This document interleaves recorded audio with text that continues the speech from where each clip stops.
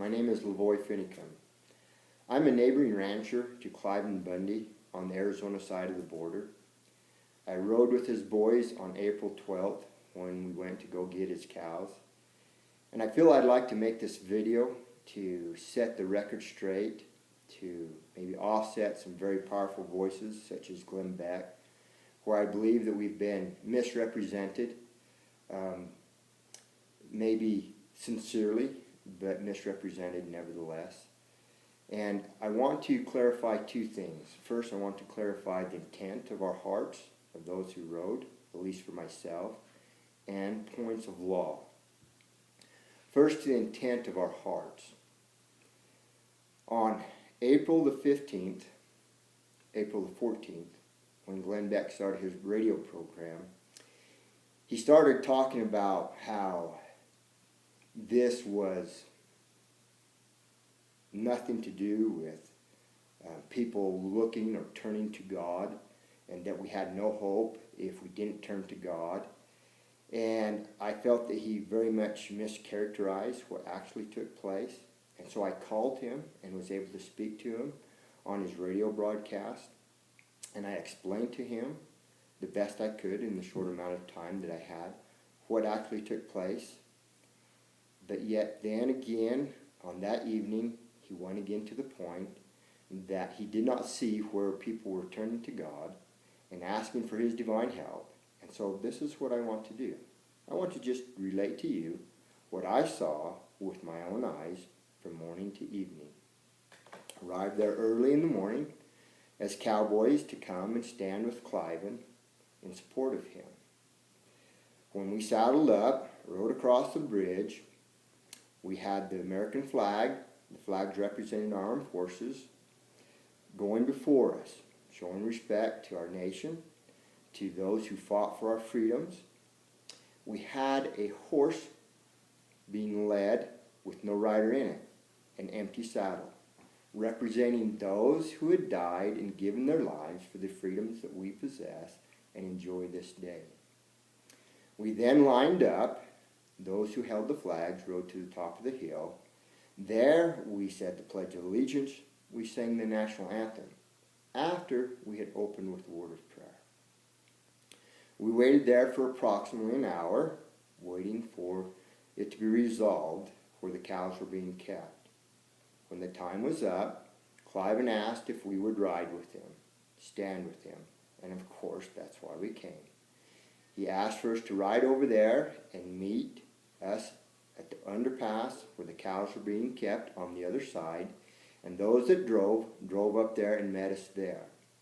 When we left to ride over there, there was about 40 to 50 riders. We rode over there. It was about 3 miles. Halfway between here and there, when nobody could see, no cameras were rolling, no media was present, the Bundy boys said, "Let's stop, man. Let us have a word of prayer." We stopped. He offered a very sincere and heartfelt prayer where he implored the protection of heaven to be upon us and all people there, that no one would be hurt, that we would conduct ourselves in a respectable manner. At that point, there was a peace, there was a calm. We then put our hats back on and we rode on. Unbeknownst to us, at the same time, those that had driven ahead and were waiting at that underpass had also knelt down and implored the protection of heaven on that day, that no one would be hurt, no one would be harmed. This is not being represented by Glenn Beck and others. It is being missed. The one who has best represented it was Megan Kelly. We rode over there. We didn't come charging, guns a-blazing. We were not armed. There were a couple of cowboys that had rifles in their boots, their saddle boots. There was 1 or 2 riders that may have had a sidearm on their persons. None of them drew them from their scabbards, from the boots. And also to offset what Sheriff Mack said, we did not have women and children in front of us so they could be shot and be heard. Harry Reid is lying. Fox News that reported that that's what we did are mistaken. They do not understand. I was there. I saw it. There were a couple of tough-as-nail cowgirls that chose to ride beside us. And we're honored to have them with us. Did not have children there to take a bullet so that we could get sympathy from this country. This was incorrect, represented incorrectly.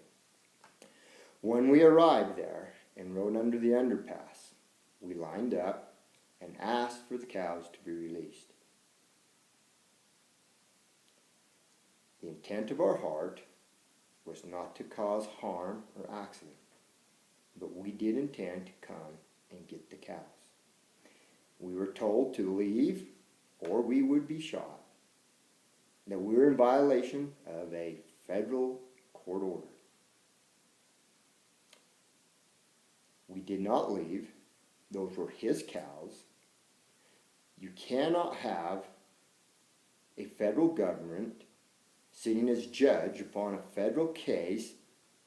It's like the administration having Benghazi or the IRS investigated by themselves. A state court needed to be the impartial judge to represent. You cannot have a federal judge representing a federal case. It's a conflict of interest. We were asked to leave. We did not leave. Then they brought in SWAT to show us that they were really serious. We stepped forward a little bit, continued to ask for the gates to be open. They cocked their guns, charged their weapons, said that if we advanced, they would fire. We advanced. At this point, they realized that they were at least going to have to shoot us because cowboys on horses are not going to be pulled off and zip-tied. You can't put a cowboy on a 12,000-pound animal and pull him off. So the only way they was going to get us off of our horses was to shoot us. We had media there. It would have been a media nightmare for them. There were citizens behind us with guns. The cowboys were in the middle, unarmed. If they would have fired, it would have been a bloodbath of unarmed cowboys being massacred. They knew they were in a no-win situation. They backed down. Now, they say we sat there and taunted. There were some people that were irate. They were firm. But once they backed up, we backed up. And we waited for the federal agents to leave. We were respectful. These things are not represented nor shown. Once we backed up, the Bundy family went up there, knelt down, and in sincerity, just their family, I could watch them offer up thanks and gratitude to God that their cows were being returned. Beck, you're wrong. We waited until that gate was open.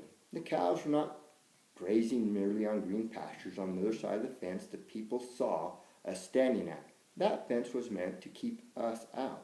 The cows were on about a quarter mile north of there in kraals. And as Pat says, oh, were they kept in concentration camps? Well, yeah, we call them corrals. And that's where they were kept. And they think, the way it's represented, that we were standing in the way of them opening the gates, allowing the cows to merely go back to the river, to wander back to greener pastures. Incorrect. We waited, and once the county sheriffs came there, Metro, who was the proper law enforcement, we said, thank you, boys. We are glad you are here. We are glad you're here. We shook their hands. We were respectful to them. And we waited for the BLM and all the federal rangers and all the federal law enforcement to leave. And as they left, Metro lined up 3 vehicles, and only the Cowboys followed behind on their horses. 2 state officers, state sheriffs, walked slowly in front of those cars as we went up to get the cows. It was slow like a funeral procession. It was reverent. It was calm. We said, boys, do not catcall at those federal agents. They leave. No gestures, no disrespect. We went up there solemnly, slowly, in a funeral-like procession to the kraals to get the cows. This is not represented. Beck, I hope you're hearing what I'm saying. We went up there and we opened the gates and we let the cows go. I myself saw at least one dead cow that had died from injury, stress, dehydration, I don't know, but I saw one dead. I saw others badly injured. I saw those that could not walk back to the river. I saw those that left limping and struggling. So they were stressed. They were poorly taken care of. Calves separated from their mothers. This was not a humanitarian way to take care of these animals. The Cowboys take care of their cattle with deep feelings of their heart. They care about them. Federal government couldn't care less. They were there to do a job. Be damned how it was done. So I have strong feelings about that, about how we were misrepresented by powerful voices. Powerful voices. Nobody could have hurt us more than you, Glenn Beck. And I told you the best I could that Monday morning, the 14th, what it was like. And yet, that evening on your show, you doubled down in the misrepresentation. You owe them an apology. Now, to points of law. Let me make this clear. I really appreciate you, Sean Hannity, you, Mark Lubin, and others who have been very supportive of our stance. But even so, the point of law is still often misunderstood. Let me try to explain it as simply and clearly as I can. It is a right. It is a grazing right. The rancher owns that right. It is a personal property. Now, for example, on my ranch, that grass is mine for my cows to graze upon. I own that. It's my right, my ranch, my cows. Now, on the same area where the miners come in and mine the uranium, they mine down and they mine those minerals out of there. That becomes their personal property. They own those mineral rights. Their rights. It's private property. They own it. I, as a rancher, do not have claim upon their mineral rights. They, as a rancher or as a miner, do not have claim upon my grass. They are separate rights on the same area. Now, when the hunter comes, neither I, as the rancher, nor the miner have claim upon the deer that the hunter hunts. That is his. And the hunter does not have claim upon my grass, nor upon the miner's minerals. These are ours, our rights, our property. I hope you can see in a simple way that these grazing rights are ours to own, to hold, and to control. The BLM is overstepping their bounds. So that is the point of law that I wanted to make. It's not that hard to understand. Now, Glenn, you called upon your religion, your scriptures, and you put forth Joseph Smith, the prophet, as the example of someone who did not resort to violence, allowed himself to be killed in Carthage jail, not to call upon his Nauvoo militia to protect him, and justly so, he should be honored. At the same time, I feel that you minimize the sacrifice of David Patton at the same time, in the same place, in the same religion.